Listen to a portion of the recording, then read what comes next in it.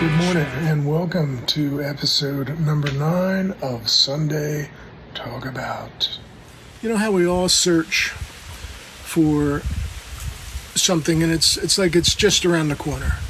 You know, we go through, we want to find success on a certain level, the next corner. We want to find adventure on another level, a new relationship, and go around the corner. It's just around the corner. That's a lot of what this intention of the song is about. Let's talk about making the song. 2006 or 2007. I had just got done making the record Spirit of the Dirt. I wanted to record one of Linda's records called Move On, gathering of her songs. So I had a desire to go through, I was thinking a lot politically about what was happening in the world, and I wanted to do another project that I called Protest. And so I had a whole collection of songs that I did, and one of the things that was a part of all that was Been Around the Corner.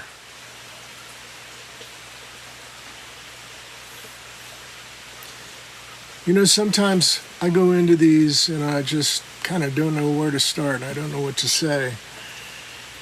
And I have to calm myself. I have to pray. I have to think about what's happening and how my mind is just getting in the way of everything, and I need to just surrender. I need to just relax and not think about that I'm doing something that is really going to matter, but I'm just doing it in a form of worship or a form of being with God and acknowledging that He's with me, that my Creator is in me and around me. And these are things that I really want to talk about.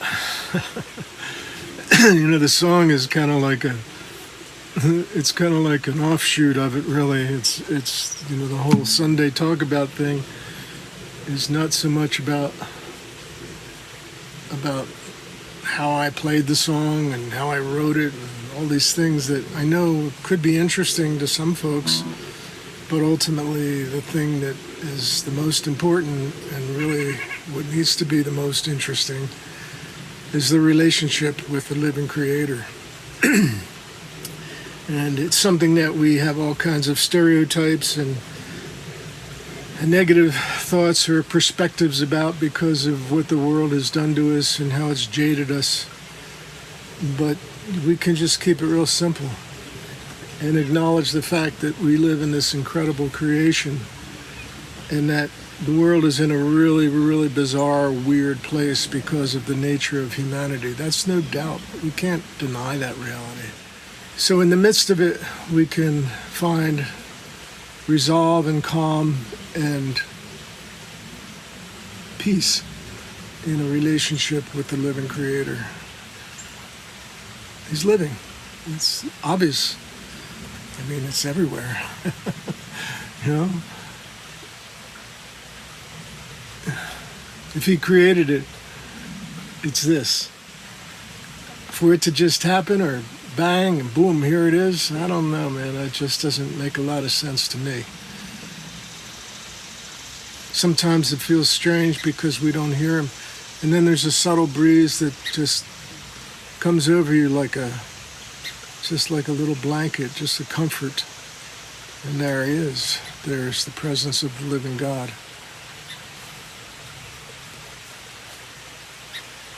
So, good morning.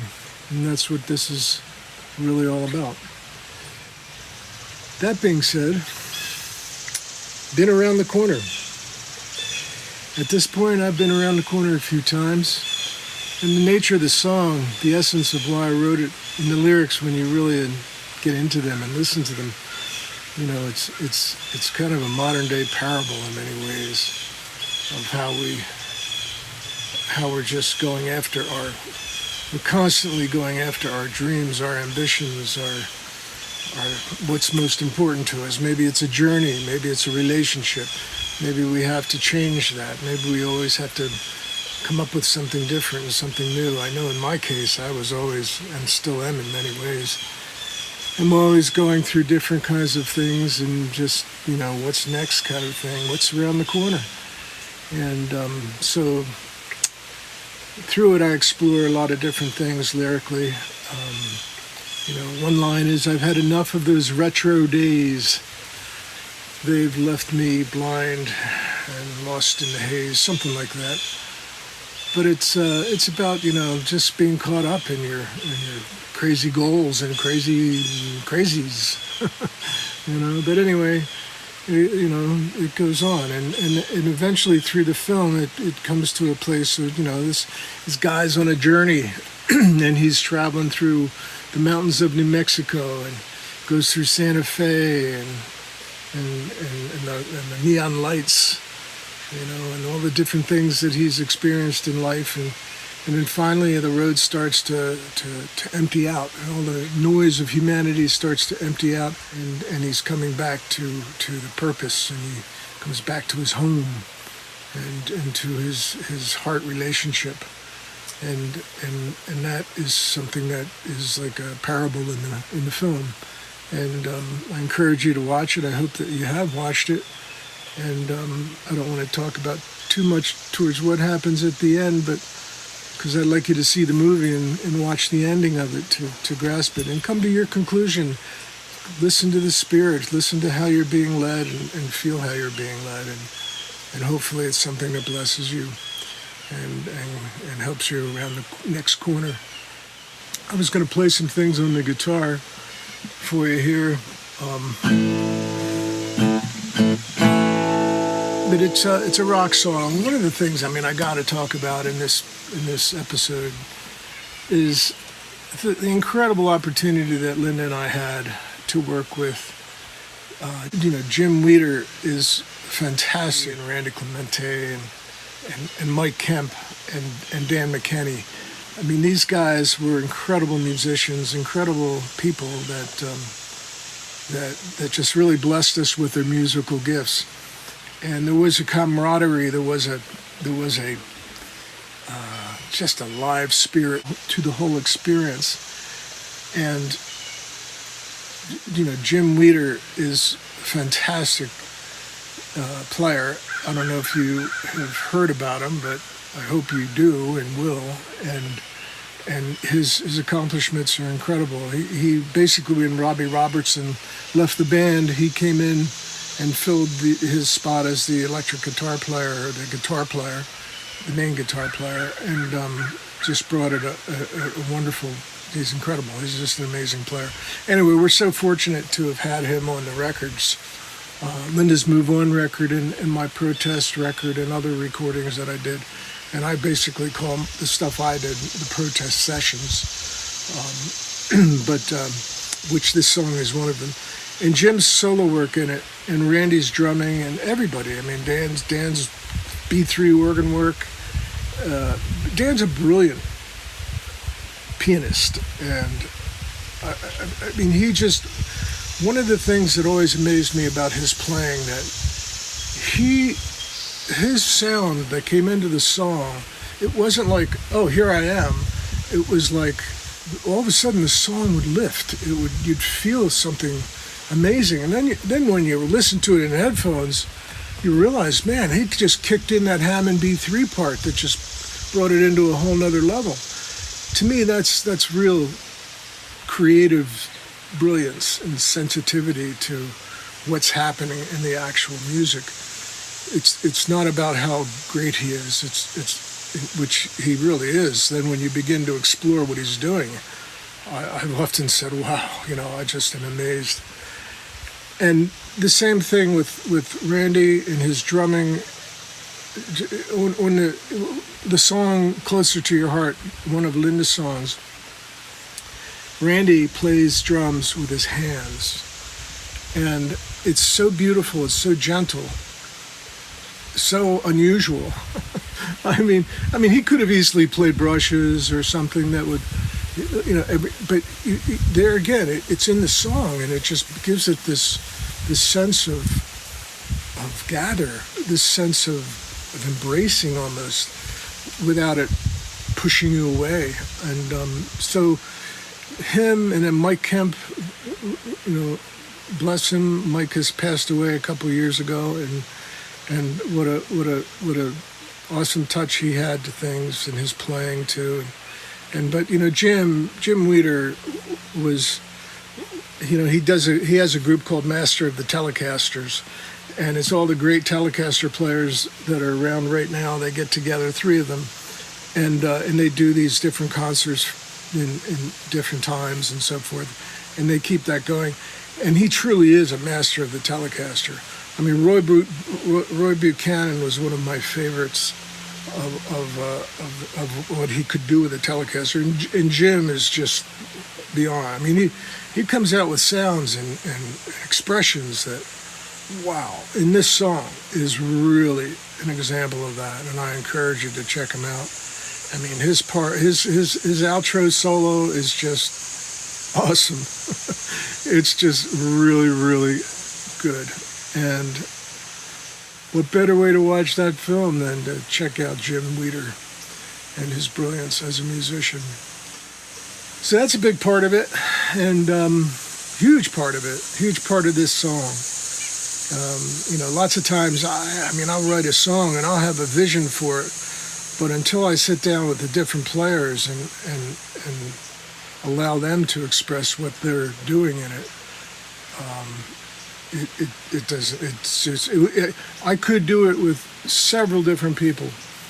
In fact, when we did this record, and we were working with Dan McKenney, it was his studio, the piano player, the keyboardist, and Dan, I told him I'd really like to work with a producer, and Dan recommended 2 people that he had relationships with. One was Jim Weider, and the other was Steve Kimmock. And Steve's a brilliant player too. Any of you who know Steve's work, and synchronistically, when I was young, before I met Linda with the John Franklin Band, we got together. We would play all the different local gigs around there, and Steve was the guitar player for the Goodman Brothers, who was a really popular act at the time too. And we would play the same venues. We played John and Peter's. We played the Pittstown Inn. We played Fancy Pants Coffee House. we did a lot of similar shows, like same Friday night, Saturday night, split weekend shows and stuff like that. But I had the opportunity to work with either of these 2 very, very talented guitar players, producers. They hear music a certain way. And ultimately, I came, when I thought about Linda's, what she was bringing out song-wise, I mean, either one could have been an awesome experience. And I guess the point of me talking about this is that the songs take on a life of their own, depending on who we're communicating with in presenting them. So that's what's really different about the whole experience. But we ultimately chose Jim. We kind of wanted more of an Americana experience, looking at his history with the band. I think he's with the band, I'm going to guess maybe 15, 20, 25 years, a long time, probably more than that. But anyway, we chose to work with Jim, and we just had a fantastic experience. We basically spent a week at our farm in Pennsylvania. They stayed at the house. We all stayed together and spent a lot of time together over that, 5 days or whatever it was. But it was just a great time. So that's been around the corner. And some of the music. So when I wrote it, I wanted it to be have a rock kind of groove. And I wanted to have some unusual moves to it. So the basics of it is that.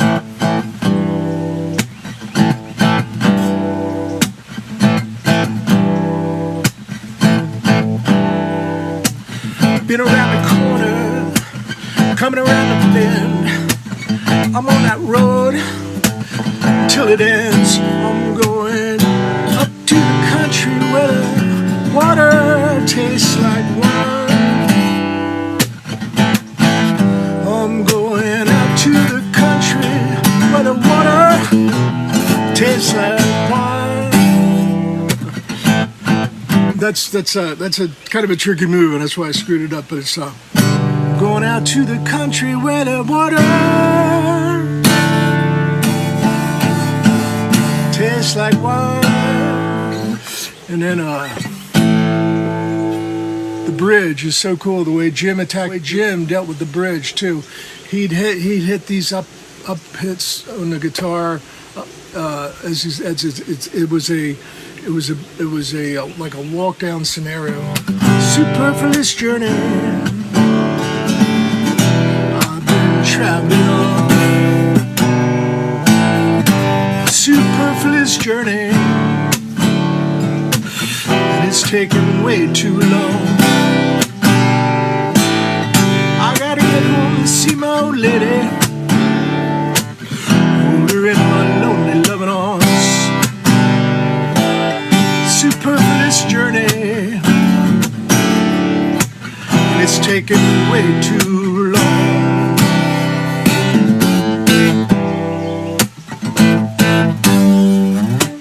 Anyway, so that's how it went, and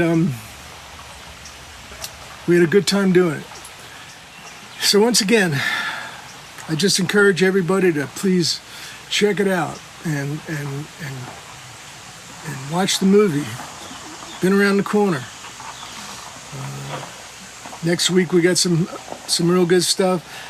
Been doing a lot of writing, a lot of film building, and I have a lot that I'm anxious to show you.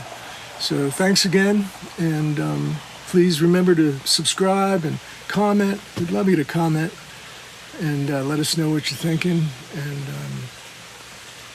hey, above all, you know the drill. Blessings to you. Blessings to you. Next week. See ya.